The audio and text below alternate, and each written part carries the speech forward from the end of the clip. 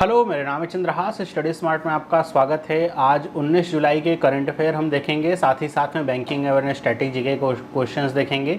तो बहुत इंपॉर्टेंट ये करंट अफेयर्स मैं आपके सामने लेकर के आ रहा हूँ। इनका एनालिसिस भी देखेंगे, जहाँ पे ज़रूरत होगी तो कम से कम समय में ज़्यादा से ज़्यादा न्यूज हम प्रयास करते हैं देने का। इसका PDF आप हमारे टेलीग्राम चैनल से डाउनलोड कर सकते हैं, वहाँ पर मिल जाएगा। तो फर्स्ट क्वेश्चन है कि रॉबर्टा मेट्सोला, इनको कहाँ का री इलेक्ट किया गया है प्रेसिडेंट, मतलब फिर से प्रेसिडेंट बनी है। तो ये हैं यूरोपियन पार्लियामेंट की री इलेक्टेड प्रेसिडेंट। तो 2022 में इनको प्रेसिडेंट बनाया गया था, फिर से 2.5 साल के बाद चुनाव हुए हैं, तो फिर से इनको प्रेसिडेंट नियुक्त किया गया। मतलब बहुत ज़्यादा मार्जिन से इन्होंने अपने प्रतिद्वंदी को हराया है। अगर हम बात करें यूरोपियन पार्लियामेंट की, तो आपको पता होगा कि यूरोपियन यूनियन, ये शब्द आपने बहुत बार सुन रखा होगा कि यूरोप के जो देश हैं उनका समूह होता है, उनको यूरोपियन यूनियन ऐसा कहा जाता है, या फिर वो एक संस्था स्थापित करी गई है। तो उसमें 3 संस्थाएं हैं मेनली, एक है यूरोपियन यूनियन, एक है यूरोपियन काउंसिल और तीसरी है यूरोपियन पार्लियामेंट। तो ये तीसरी इंपॉर्टेंट जो कह सकते हैं इंस्टीट्यूट है इसका। तो इसमें टोटल 720 मेंबर्स हैं। जैसे हमारे यहाँ होता है ना कि भाई कितने राज्यसभा सांसद हैं, कितने लोकसभा सांसद हैं, तो वैसे इसमें अगर देखा जाए तो टोटल 720 मेंबर्स हैं। और इसीलिए इसको कहा जाता है कि ये सेकेंड लार्जेस्ट जो है एक पार्लियामेंट है आफ्टर इंडिया। मतलब इंडिया में जो पार्लियामेंट है उसमें सबसे ज़्यादा सांसद हैं, उसके बाद सेकेंड लार्जेस्ट ये पूरे समझिए यूरोपियन यूनियन को मिला करके पार्लियामेंट जो बनी है उसमें आते हैं, जिसमें 720 मेंबर्स हैं।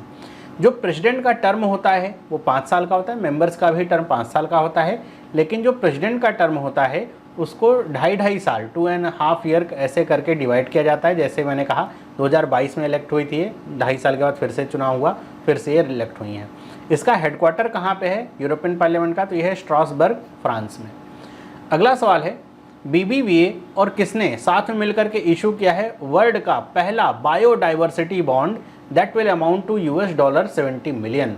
जैसे मैंने आपको कुछ दिन पहले बताया था, जैसे ग्रीन बॉन्ड है, तो ग्रीन बॉन्ड का मतलब ये हुआ कि ऐसे बॉन्ड जो ग्रीन एनर्जी में अगर कोई इंफ्रास्ट्रक्चर या ऐसा कोई प्रोजेक्ट हो रहा है तो उसको फाइनेंस करने का काम करेंगे, उसका प्रयोग और कहीं नहीं हो सकता है।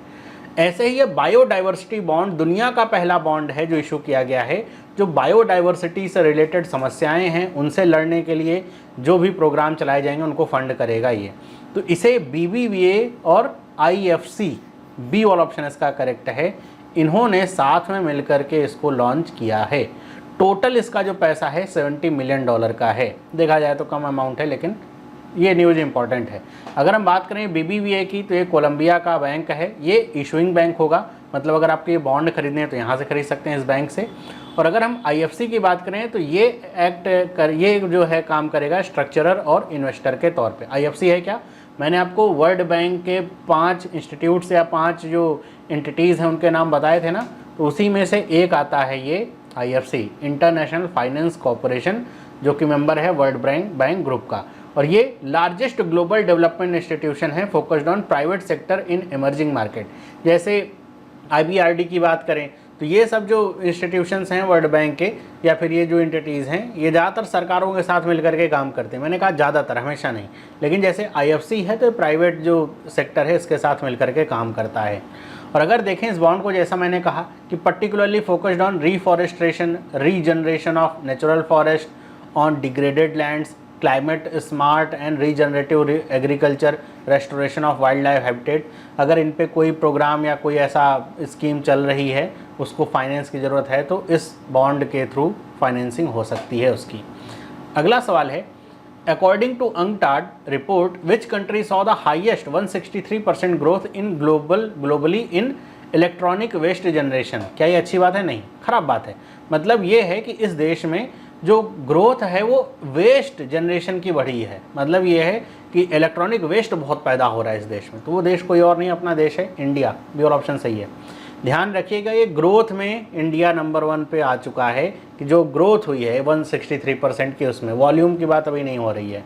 और इसमें जो इलेक्ट्रॉनिक वेस्ट है उसमें ज़्यादातर जो वेस्ट आता है जैसे मोबाइल सेक्टर या फिर कह सकते हैं ICT से, इंफॉर्मेशन कम्युनिकेशन टेक्नोलॉजीज़ में इस्तेमाल होने वाले जो इक्विपमेंट्स हैं, जैसे डेस्कटॉप्स हो गए, लैपटॉप्स हो गए, मोबाइल हो गए, या फिर टावर एंटीनाज वगैरह हो गए, ये सब जो है इसमें आते हैं। ये बताया जा रहा है कि एक तरफ हम सस्टेनेबिलिटी की तरफ जा रहे हैं, दूसरी तरफ सस्टेनेबिलिटी को अचीव करने के लिहाज से हम इलेक्ट्रॉनिक कचरा भी बढ़ाते जा रहे हैं, जो कि बहुत ज़्यादा टॉक्सिक होता है, क्योंकि जो इलेक्ट्रॉनिक्स जो बनते हैं, जितने भी इक्विपमेंट्स हैं, उसमें बहुत सारे हैवी मेटल्स का प्रयोग होता है, जो हमारी शरीर के साथ साथ जो हमारी सॉइल है सब के लिए हानिकारक होता है। तो इस तरह से अगर ऐसा बढ़ेगा चीज़ तो ये खतरनाक होगा।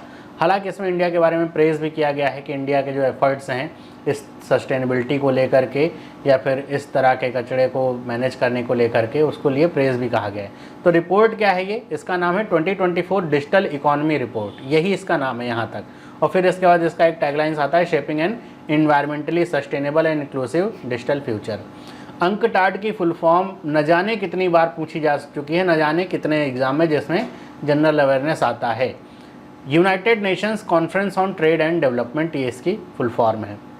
और इस रिपोर्ट में बहुत सारे ऐसे कह सकते हैं फ्यूचर प्रेडिक्शंस भी किए गए। जैसे इस रिपोर्ट ने बताया है कि by the end of 2029 global 5G subscription are projected to surpass 5 billion. मतलब पूरी दुनिया में, इंडिया में नहीं, पूरी दुनिया में 5G जो सब्सक्रिप्शंस होंगे या कह सकते हैं उसके जो यूजर्स होंगे, उनका आंकड़ा $5 बिलियन को क्रॉस कर जाएगा। कब? 2029 तक। ओके, तो ये बहुत बड़ा आंकड़ा है। और आप समझ सकते हैं अगर ऐसा हो रहा है तो इसमें ये भी आप समझिए कि इतने लोगों के हाथ में फ़ोन होगा और उसके बाद ये जो इलेक्ट्रॉनिक वेस्ट है वो और ज़्यादा जनरेट होगा।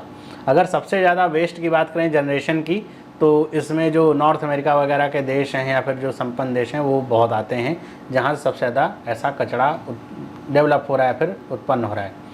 NFDC ने कौन से OTT प्लेटफॉर्म के साथ टाई अप किया हुआ है और लॉन्च किया है द वॉइस बॉक्स नाम से एक प्रोग्राम। ये एक अप स्किलिंग प्रोग्राम है for voice over artist in India. Voice over artist समझते हैं? वॉइस ओवर आर्टिस्ट का मतलब ऐसे समझ सकते हैं, जैसे आप पिछले कुछ समय की वीडियो कभी देखिए, जैसे मैं अपना चेहरा यहाँ से हटा लूँ तो मुझे केवल आपको जो है मेरी आवाज़ ही सुनाई देगी। या फिर अगर यहाँ पे जो वॉइस ओवर की बात हो रही है उसका मतलब ये होता है कि जब आप कोई साउथ इंडियन मूवी देख रहे हैं लेकिन उसका आप हिंदी ट्रांसलेशन भी देखते हैं, तो वो जो आवाज़ आती है वो एक्चुअल में एक्टर्स की हो भी सकती है, आजकल तो एक्टर्स दे भी रहे हैं, वरना उसको वॉइस ओवर आर्टिस्ट देते हैं आवाज़। इसी तरह जो हॉलीवुड की मूवीज़ हैं इंग्लिश में या किसी और भाषा में हिंदी में डब होती हैं, तो कौन करता है उन्हें? Voice over artist.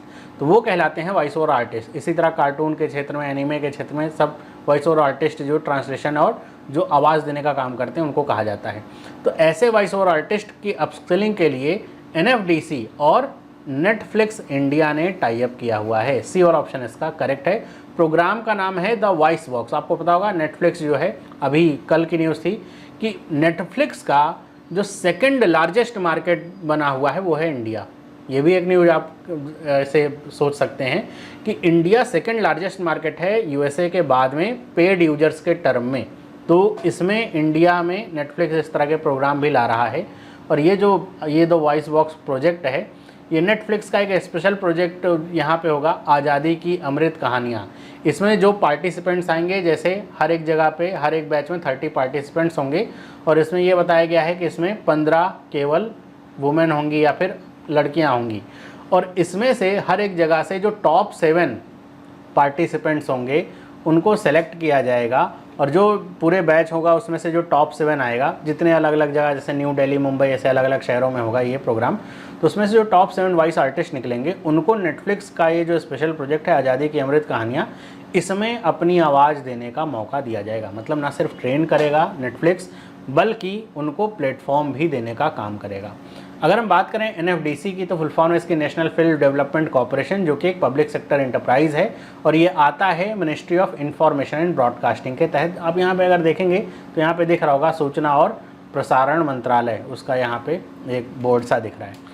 यहाँ पे ये जो द वॉइस बॉक्स प्रोग्राम है जो मैंने आपको बताया, offer recognition of prior learning training for voice over artist focusing on English, Hindi, Marathi, Bengali, Malayalam, Tamil, Telugu, Gujarati languages, कि इतने लैंग्वेजेस के जो वॉइस ओवर आर्टिस्ट हैं या फिर इतने लैंग्वेजेस पे जो वॉइस बॉक्स प्रोग्राम है काम करेगा। सिर्फ हिंदी पे नहीं, भारत की और भी जो भाषाएं उस पर काम करेगा। ये जो वॉइस बॉक्स प्रोग्राम है ये नेटफ्लिक्स ने एक फंड जो है निकाला हुआ है जिसके तहत ये प्रोग्राम फंड हो रहा है। उसका नाम है Netflix fund for creative equity, जिसके तहत ये प्रोग्राम किया जा रहा है। बहुत सारी इंपॉर्टेंट चीज़ें आ सकती हैं। अगला सवाल है कि दुनिया की 10 सबसे बड़ी लार्जेस्ट कोल माइन में भारत की कितनी कोल माइंस आती हैं। तो एक लिस्ट निकाली गई थी इस लिस्ट में दुनिया भर की 10 लार्जेस्ट कोल माइंस की लिस्ट थी। इसमें भारत की 2 कोल माइंस का नाम है, मतलब पूरे विश्व में 2 कोल माइंस भारत की आती हैं जो सबसे लार्जेस्ट हैं। भारत में तो बहुत सारी कोल माइंस हैं, 2 सबसे लार्जेस्ट हैं। कौन कौन सी हैं? तो ये आती हैं साउथ ईस्टर्न कोल फील्ड्स लिमिटेड की, मतलब इसके द्वारा गवर्न है। ये है गेवरा और कुसमुंडा। ये दोनों कोल माइंस कहाँ पे हैं? तो ये है छत्तीसगढ़ में, ये भी याद रख लीजिए, लिखा नहीं है। छत्तीसगढ़ में कोल माइंस हैं ये, या कोयले की खदानें हैं ये, जो कि एक को मिला हुआ है सेकंड स्पॉट गेवरा को और 4th मिला हुआ है कुसमुंडा को। मतलब ये ऐसा भी नहीं कि नीचे से 9वें 10वें पोजीशन पे हैं, तो बहुत बड़ी कोल माइंस हैं ये। कौन निकाला है इस डेटा को? तो worldatlas.com की तरफ से डेटा निकाला गया है। इन 2 कोल माइंस की अगर बात करें, जिनके आप फोटोज़ भी देख सकते हैं, इनको मिला लें इनका प्रोडक्शन, तो 100 million tons of coal annually ये प्रोड्यूस करती हैं। और अगर नंबर 1 की बात करें तो ये है ब्लैक थंडर माइन, जो कि यूएसए में है। ये टॉप पे है, नंबर 1 पोजीशन पे ये आती है। इससे लगभग 63-65 मिलियन टन कोल जो है निकलता है। तो ऐसे समझिए हमारी 2 कोल माइन है, यहाँ से 63-65 मिलियन टन इसी से गले निकलता है। बहुत बड़ी कोल माइन है यूएसए की। आगे बढ़ते हैं। इंडिया और कौन से देश ने ये कहा है कि हम अपना जो कॉर्पोरेशन है वो बढ़ाएंगे? किस फील्ड में? On field of oil, palm and other sectors, palm oil के क्षेत्र में और अदर सेक्टर्स में। तो ये है मलेशिया। आपको पता होगा कि जो इंडिया है वो लार्जेस्ट इंपोर्टर है किसका? पाम ऑयल का। इंडिया का है लार्जेस्ट इंपोर्टर है पाम ऑयल का। और पाम ऑयल कहा जाता है सेहत के लिए अच्छा नहीं होता है, और अच्छा होता भी है तो क्वालिटी जो हम इंपोर्ट करते हैं वो अच्छी नहीं होती है। वैसे आप कोई भी फ्राइड बाहर की चीज़ लेंगे, सब पाम ऑयल में बनी होती है। कोई भी नमकीन ले लीजिए, कोई फ्राइज़ ले लीजिए, सब आपको पाम ऑयल में मिलेगी। चिप्स ले लीजिए, सब पाम ऑयल में बनते हैं।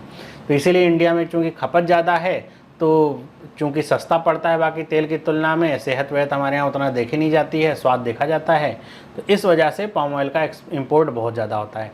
कौन से देशों से होता है? तो एक तो मलेशिया हो गया और इंडोनेशिया, इन दोनों देशों से सबसे ज़्यादा होता है। उसके अलावा थाईलैंड से भी होता है और थोड़ा बहुत अर्जेंटीना से भी होता है। अगली न्यूज है कि प्राइम मिनिस्टर नरेंद्र मोदी ने इनॉग्रेट किया है इंडिया का लॉन्गेस्ट और largest urban tunnel project in which state. अभी इनॉग्रेट किया है, मतलब अब ये बनना शुरू हुआ है। ये कहा जा रहा है कि इंडिया का लॉन्गेस्ट है, मतलब लंबाई में सबसे बड़ा, और लार्जेस्ट है, बाकी क्षेत्रफल के हिसाब से देखें सबसे बड़ा टनल प्रोजेक्ट है। कौन से स्टेट में है? तो ये है महाराष्ट्र में। सी और ऑप्शन इसका करेक्ट है। इसका नाम क्या है? तो इसका नाम है the Thane Borivali twin tunnel project, जो कि स्टार्ट हो चुका है। इसकी लंबाई आप देखिए 11.8 किलोमीटर की है। टनल की लंबाई इतनी लंबी है, और ये इसलिए करा जा रहा है क्योंकि ये थाने बोरीवली के बीच में 12 किलोमीटर का जो डिस्टेंस है कम करेगी। 1 घंटे कम समय लगेंगे इस टनल के बन जाने के बाद पहुँचने में। टोटल जो अभी तक एस्टिमेटेड कॉस्ट है वो है 16,600 करोड़ रुपए। कंप्लीशन टारगेट है मई 2028। तो ये अभी तक का टारगेट है। और आजकल तो हो भी रहा है कि जो भी इस तरह के प्रोजेक्ट होते हैं, टारगेट जो भी ईयर रहता है उस तक या उससे पहले ही कंप्लीट हो जाते हैं। और ये किसके द्वारा लॉन्च किया गया है? तो Mumbai metropolitan region development authority के द्वारा इसे लॉन्च किया गया है। आगे बढ़ते हैं। LIC ने कौन से बैंक के साथ पार्टनरशिप करी है to offer life insurance through the bank aiming to expand coverage? मतलब बैंक इंश्योरेंस के लिए कौन से बैंक के साथ LIC ने पार्टनरशिप करी है? तो ये है IDFC फर्स्ट बैंक। ये वाला ऑप्शन इसका सही। भाई SBI, ICICI, PNB इन सब के पास तो अपने ही कह सकते हैं इंश्योरर हैं। तो LIC ने पार्टनरशिप करी IDFC फर्स्ट बैंक के साथ। बड़ा टेक सेवी बैंक इसको कहा जाता है। कहते हैं कि जो 90% ट्रांजेक्शन है IDFC फर्स्ट बैंक में ऑनलाइन ही हो रहे हैं। तो ऐसा टेक सेवी बैंक है, और इसके जो कस्टमर्स हैं उनके थ्रू LIC अपनी पॉलिसीज़ बेचने का काम करेगा। क्योंकि LIC का जो गोल है वो है 2047 तक जितने इंडिविजुअल हैं भारत में सबको लाइफ इंश्योरेंस प्रोटेक्शन मिल सके। इस एम और गोल के साथ LIC काम कर रहा है, और ऐसे ये बैंक इंश्योरेंस के जो कह सकते हैं अनुबंध हैं वो हो रहे हैं। LIC के चेयरमैन कौन है? तो ये हैं सिद्धार्थ मोहंती। और LIC के MD कौन है? तो LIC में 3 MD हैं। एक है R दोरेस्वामी, M जगन्नाथ और तबलेश पांडे। तो ये 3 MD हैं LIC के। वहीं IDFC फर्स्ट बैंक की बात करें तो इसके CEO हैं V वैद्यनाथन, और IDFC का हेडक्वार्टर है मुंबई में, जो कि एक प्राइवेट सेक्टर बैंक है। आगे बढ़ते हैं। The Asian development bank has approved a loan of $240.5 million to finance dash in India. क्या फाइनेंस करने के लिए इतना लोन दिया गया है ADB की तरफ से? तो ये है सोलर रूफ टॉप सिस्टम तो डी वाला ऑप्शन इसका करेक्ट है। आपको एक और न्यूज़ इससे याद आ रही होगी अगर आपने लगातार पढ़ा है कि अभी टाटा ने वाराणसी में एक CSR प्रोग्राम के तहत जितने घर हैं उनके ऊपर जो रूफ टॉप सोलर सिस्टम है वो लगाने का कार्यक्रम शुरू किया था। तो उससे ही आप इसको भी जोड़ सकते हैं। उसमें मैंने आपको बताया था कि 2026 तक 40 गीगावाट के रूफ टॉप सोलर सिस्टम लगाने का इंडिया का टारगेट है, और इस तरह की जो फाइनेंसिंग उपलब्ध होगी तो टारगेट अचीव हो सकता है। तो ये $240 मिलियन का जो लोन है वो केवल इसी के लिए कि जो छत पे जो सोलर सिस्टम लगेंगे उनके लिए दिया जा रहा है। अच्छा, ये जो दिया जा रहा है भाई, अब हमको लेना होगा अगर लोन या फिर हमको फाइनेंसिंग अगर लेनी होगी तो हम जाएंगे नहीं ना ADB के पास। तो ADB ने किसको दिया है पैसा, तो यहाँ पे लिखा है the approved financing will be allocated to state bank of India and NABARD. तो नाबार्ड को, जो कि आपको पता है रूरल बैंक्स के लिए और रूरल क्षेत्र के लिए काम करता है, इसकी फुल फॉर्म क्या होती है, national bank of agriculture and research development. तो ये और SBI, इन दोनों को पैसा एलोकेट किया गया है। अगर हम बात करें SBI की तो इसको $90.5 मिलियन मिले हैं from the clean technology fund of ADB CTF की तरफ से मिले हैं। और नाबार्ड की बात करें तो इसको जो बाकी का $150 मिलियन है वो मिला हुआ है, और इसमें जो $80 मिलियन है वो ADB की ऑर्डिनरी कैपिटल रिसोर्सेज से मिला और बाकी का $70 मिलियन CTF से मिला है। तो $150 मिलियन नाबार्ड को मिले हैं और 90.5 मिलियन SBI को मिले हैं। और यही जो इंस्टीट्यूशंस होंगे यही लोन प्रोवाइड करेंगे, एक तो डेवलपर्स को, मतलब ये जो इस फील्ड में काम कर रहे डेवलपर्स हैं उनको, उसके साथ साथ जो एंड यूज़र हैं, मतलब हम आप जैसे जो कस्टमर है ना, उनको भी लोन प्रोवाइड करेंगे। कई बार ये जानना जरूरी होता है कि जो लोन होते हैं इस तरह के, वो कई बार जो एंड यूज़र होता है उसके लिए नहीं होते हैं, जो डेवलपर्स होते हैं, इंफ्रास्ट्रक्चर डेवलप करने वाले होते हैं, सरकारें होती हैं, उनके लिए होते हैं, लेकिन ये दोनों के लिए होगा। इंडिया का जो गोल है getting half of its electricity from clean sources solar wind ETC by 2030, इसके लिए सारे काम हो रहे हैं। और भारत को 2070 तक अपने आप को कार्बन जीरो करना है, ये लक्ष्य भारत ने ले रखा है। तो भारत 2030 तक ये कह रहा है कि जो जितनी बिजली के उत्पादन, मतलब जो खपत है उसका आधा जो प्रोडक्शन है हम क्लीन एनर्जी सोर्सेज से करेंगे। तो सोलर से करेंगे, विंड से करेंगे, और भी जो तरीके हो सकते हैं बायोगैस वगैरह उनसे करेंगे। अगला सवाल है, the dash community managed natural farming has won the 2024 Gulbenkian prize for humanity. तो एक तरह का ये अवार्ड है गुलबेकियन प्राइज़, इसको किसने जीता है, तो भारत में दिया गया है ये Andhra Pradesh community managed natural farming को। ये पूरा नाम ही है उसका, है ना, आंध्र प्रदेश सरकार को नहीं, ये कम्युनिटी है जो आंध्र प्रदेश सरकार ने बनाई थी, तो इसको दिया गया है 2024 का गुलबेकियन प्राइज़। ये गुलबेकियन प्राइज़ फॉर ह्यूमैनिटी जो है, इसमें जो इनाम की राशि होती है वो 1 मिलियन यूरो होती है, ये यूरो का साइन है जो कि दिया जाता है। और ये जो दिया जाता है गुलबेकियन फाउंडेशन पुर्तगाल का है जिसकी तरफ से दिया जाता है।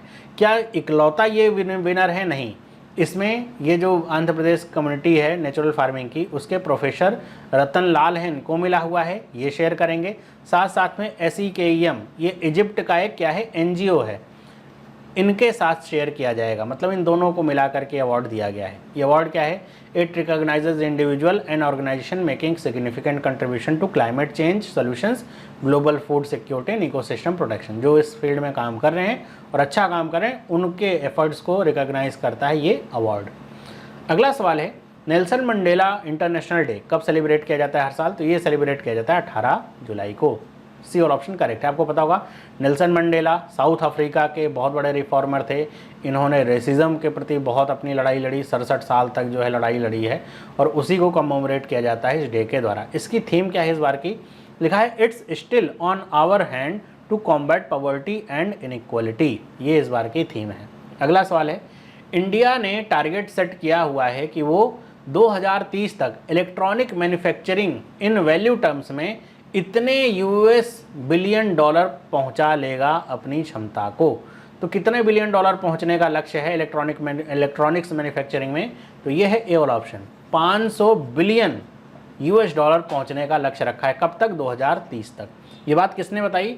तो नीति आयोग के जो वाइस चेयरमैन हैं सुमन बेरी, इन्होंने कल लॉन्च किया था एक जो है रिपोर्ट, या कह सकते हैं, हाँ रिपोर्ट ही कह लीजिए, रिपोर्ट लॉन्च करी थी जिसका थीम था या टाइटल था electronics powering India's participation in global value chains.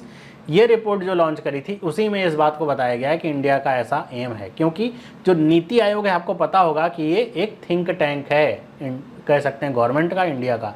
तो एक थिंक टैंक है जिसका काम होता है पॉलिसीज़ बनाना, आगे की जो फ्यूचर स्कोप्स हैं उनको देखना और कैसे वो अचीव किए जा सकते हैं उनके लिए प्रयास करना, जो रिसोर्सेज होते हैं उनको उपलब्ध करवाना है, सारे काम होते हैं इसके।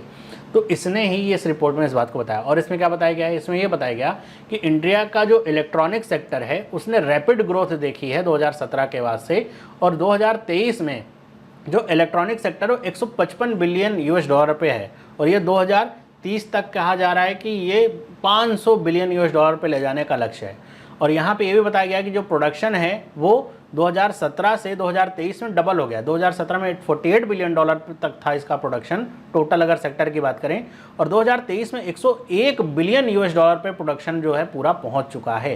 तो अगर इसी तरीके से बढ़ते रहे हम तो उम्मीद है कि 2030 तक हम पहुंच ही जाएंगे 500 बिलियन तक की जो कैपेसिटी अभी रखी गई है वहाँ तक, क्योंकि आने वाले समय में जो चीज़ें हैं हम जैसे देख रहे हैं, एआई को देख रहे हैं, ज़्यादातर चीज़ें अब इलेक्ट्रॉनिक्स के क्षेत्र में ही हो रही हैं। मतलब जो फिजिकल काम है उसकी जगह अब एआई को प्रेफर किया जा रहा है, एआई में इस्तेमाल होंगे बहुत सारे इलेक्ट्रॉनिक्स।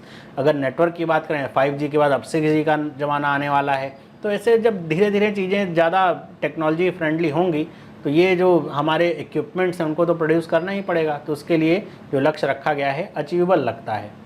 लिखा है according to data released by RBI, overseas Indian deposit close to dash in non resident Indian deposit scheme in April में 2025 फाइनेंशियल ईयर 25।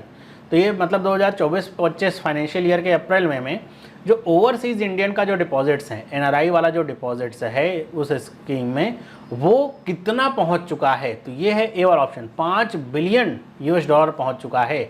और ये कितना है, 4 गुना है पिछले साल से। मतलब पिछले साल का फाइनेंशियल ईयर हम बात कर रहे हैं 2023-24 का 4 गुना अब ये हो चुका है, जो कि अच्छी बात है इंडिया के लिए कि इतने सारे जो एनआरआई डिपॉजिट्स हैं वो यहाँ पे आ रहे हैं इंडिया में। और ये जो एनआरआई डिपॉजिट स्कीम है इसमें कौन कौन से फंड आते हैं, तो ये है foreign currency non resident FCNR deposits होता है, non resident external NRE deposits होता है, non resident ordinary NRO deposit होता है। तो 3 डिपॉजिट होते हैं। इन तीनों का अलग अलग सेग्रीगेशन भी है, वो इतना ज़्यादा डेटा फ्रेंडली आपको होना नहीं है एग्ज़ाम के लिहाज से कि एफसीएनआर में कितना आया, एनआरई में कितना आया, एनआरओ में कितना है। इतना जान लीजिए 3 डिपॉजिट्स होते हैं जिनको मिला करके 5 बिलियन डॉलर जो है डिपॉजिट हो चुका है। और इसमें एक और आया है न्यूज़ कि according to the latest RBI bulletin, outward remittance under LRS scheme, मैंने आपको बताया था एलआरएस स्कीम को लेकर के इसके नॉर्म्स को थोड़ा ईज किया गया है, लिबरलाइज्ड रेमिटेंस स्कीम कहा जाता है। मतलब भारत से बाहर पैसा भेजने की ये स्कीम है। तो उसमें ये बताया गया है कि आउटवर्ड जो रेमिटेंस हुआ है मई 2024 में वो $2.42 बिलियन हुआ है, जो कि पिछले सेम पीरियड में अगर देखें तो 16.18% लोअर है। मतलब भारत से कम पैसा बाहर भेजा गया है, ये बात बताई जा रही है। किसके थ्रू, एलआरएस स्कीम के थ्रू। अगला सवाल है, अच्छा अगला सवाल नहीं, वन लाइनर्स हैं। जैसे आईएनएस इंडियन नेवी का आईएनएस ताबार जो है वो हैम्बर्ग जर्मनी में पहुंचा 17 जुलाई 2024 को, 3 दिन के अपनी विजिट पे। क्यों, वही कि अलग अलग देशों में जाते हैं, वहाँ पे जो हमारा सौहार्द है उसको बढ़ाने के लिए, और जो ये इस तरह के आईएनएस ताबार वहाँ जाएंगे पब्लिक के लिए भी ओपन होंगे, पब्लिक भी इनको देखेगी क्या है, कैसे बना हुआ है, जहाज़ की खासियत क्या है, सारी चीज़ें मेनली सौहार्द बढ़ाने के लिए ऐसे ये जो इस तरह के आईएनएस हैं वो जाते हैं। फिर अगला है एचएसबीसी बैंक का नाम आपने सुना होगा, तो उसने अपने नए सीईओ का नाम घोषित किया। कौन है, जॉर्जेस एल हेड्री, ये इनके नए सीईओ हैं। फिर एक यहाँ पे और न्यूज है कि एक बुक है wings to our hope volume 1, ये करके एक बुक है, नाम है इसका। इस बुक को रिलीज़ किया गया कल न्यू दिल्ली में। ये बुक आखिर है क्या, तो हमारी जो राष्ट्रपति हैं द्रौपदी मुर्मू, तो उनके जो साल भर में जो 75 सिग्निफिकेंट स्पीचेस थी उन्हीं का एक कलेक्शन है, कंपाइलेशन है ये बुक। एक और यहाँ पे न्यूज है कि जस्टिस एन कोटेश्वर सिंह और जस्टिस आर महादेवन, इन्होंने टुडे तो मेरे ख्याल से हटा दीजिए क्योंकि ये तो कब आप पढ़ेंगे, इन्होंने सुप्रीम कोर्ट के नए जज के रूप में ओथ ले ली है, कल ही ले ली थी। तो ये जो 2 नए जज सुप्रीम कोर्ट को मिले हैं इनके बारे में बात हो रही है। इसमें एक नाम इम्पॉर्टेंट है जस्टिस एन कोटेश्वर सिंह का, क्योंकि ये मणिपुर से सुप्रीम कोर्ट के जज बनने वाले पहले जज बने हैं, इसलिए ये न्यूज बहुत इंपॉर्टेंट हो जाती है। आती हैं इस तरह की न्यूज, है ना, तो नाम याद रखिएगा। अब आगे बढ़ते हैं, कुछ बैंकिंग अवेयरनेस और स्टैटिक जीके को देखते हैं। तो आज हम बात करने वाले हैं, जैसे हमने एलआरएस स्कीम देखा था, आउटवर्ड रेमिटेंस है, वैसे एक हमारे पास आरबीआई के पास दो तरह की स्कीम है, एक नहीं दो हैं, एक है आरडीए, एक है एमटीएसएस। तो हम आज आरडीए के बारे में बात करेंगे। तो पूछ रहा है कि full form of remittance scheme RDA is, और ये जो रेमिटेंस स्कीम है कैसी है, इनवर्ड है। इनवर्ड का मतलब समझ रहे हैं क्या, मतलब बाहर से अगर आपको अपने देश में पैसा मंगाना है, या फिर आपका कोई जानने वाला बाहर रह रहा है और अपने देश में पैसा अपने घर भेजना चाहता है, तो आरडीए और एमटीएसएस स्कीम के थ्रू भेज सकता है। तो आरडीए की फुल फॉर्म होती है, आर से होता है रुपी, डी से होता है ड्राइंग, ए से होता है अरेंजमेंट। तो ये डी वाला ऑप्शन इसका सही है, रुपी ड्राइंग अरेंजमेंट। बहुत कन्फ्यूजिंग ऑप्शन आपको दिखेंगे, तो रुपी ड्राइंग अरेंजमेंट याद रखिएगा। अगला सवाल है कि आरडीए के थ्रू पैसा भेजने का या फिर मंगाने की क्या लिमिट है जो तय करी गई है।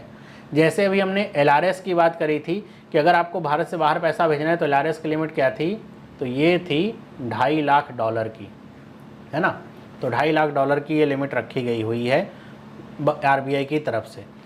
आरडीए की तरफ से जब भारत में पैसा मंगाना है तो इसकी कोई लिमिट नहीं है। और किसके लिए, जो भी इंडिविजुअल्स हैं उनके लिए, इंडिविजुअल्स के लिए।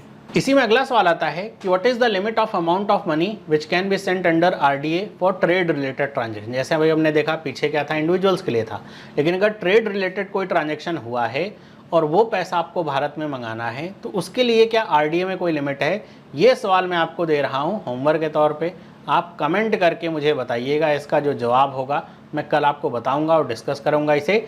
बाकी जिनके जवाब सही होंगे उनके नाम भी यहाँ पे दिखाए जाएंगे। अगला सवाल है, the Indian wild ass wild life sanctuary ये कहाँ पर स्थित है।